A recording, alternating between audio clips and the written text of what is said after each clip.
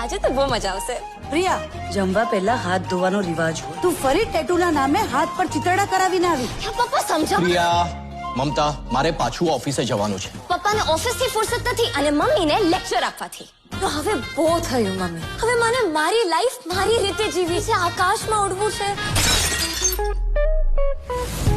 જો પંખીઓની જેમ અગર મરજી મુજબનું આકાશ પામવું હોય ને તો થોડી હિંમત તો દેખાડવી પડે. આંખોથી આંખોમાં ઉડી રહ્યો અતરંગી રંગ પ્રેમ. મેં પપ્પાને ગુવામાં જ આપણા વિશે કહ્યું. મોમ ડેડ તને મળવા માંગે છે. સાક્ષાત લક્ષ્મી, આ ઘરમાં તને કોઈ પણ વસ્તુની અછત નહીં હોય. પ્રિયા, મારા તરફથી પરમિશન મળ્યા પછી તો તું હકીકત કહી શકી હોત ને. આ મોડર્ન કપડાં તું આ ઉંમરમાં નહીં પહેરે તો આની ઉંમરે જઈને પહેરીશ. કેટલી વાર કહ્યું છે કે આવા કપડાં પહેરીને કોલેજમાં નહીં જવાનું. તારા મમ્મી પપ્પાને મળીને લાગ્યું કે દુનિયામાં બહુ ઓછા પેરેન્ટ્સ હોય છે જે આજકાલની જનરેશનને સમજી શકે.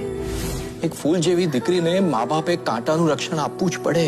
ફક્ત કાંટાનું આખી રિસ્ટ્રિક્શનની વાડ ઊભી કરી તો એ તો રોંગ છે ને.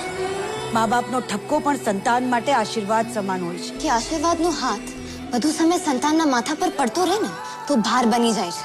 અને હવે મને તારા આશીર્વાદ ભાર લાગે છે મમ્મી. કંટાળી ગઈ છું તારાથી અને તારા ઓર્થોડોક્સ વિચારોથી. I hate you mummy, I hate you. Priya, અમારી પાસે રૂપિયા ભલે તમારા જેટલા નથી પણ પ્રેમથી અમારી પાસબુક ફૂલ ભરેલી છે. મને એની જ જરૂર છે પાર્થ, ફક્ત ને ફક્ત પ્રેમની. She's in love.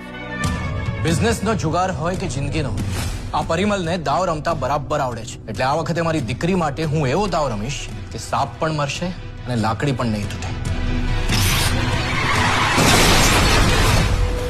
કે હું ધન્યવાદ આપું છું અને શત શત પ્રણામ કરું છું આપણા દેશના વડાપ્રધાન અને ગૃહમંત્રીનો, જેમણે બેટી બચાવો બેટી પઢાઓ જેવી યોજનાને અમલમાં મૂકી.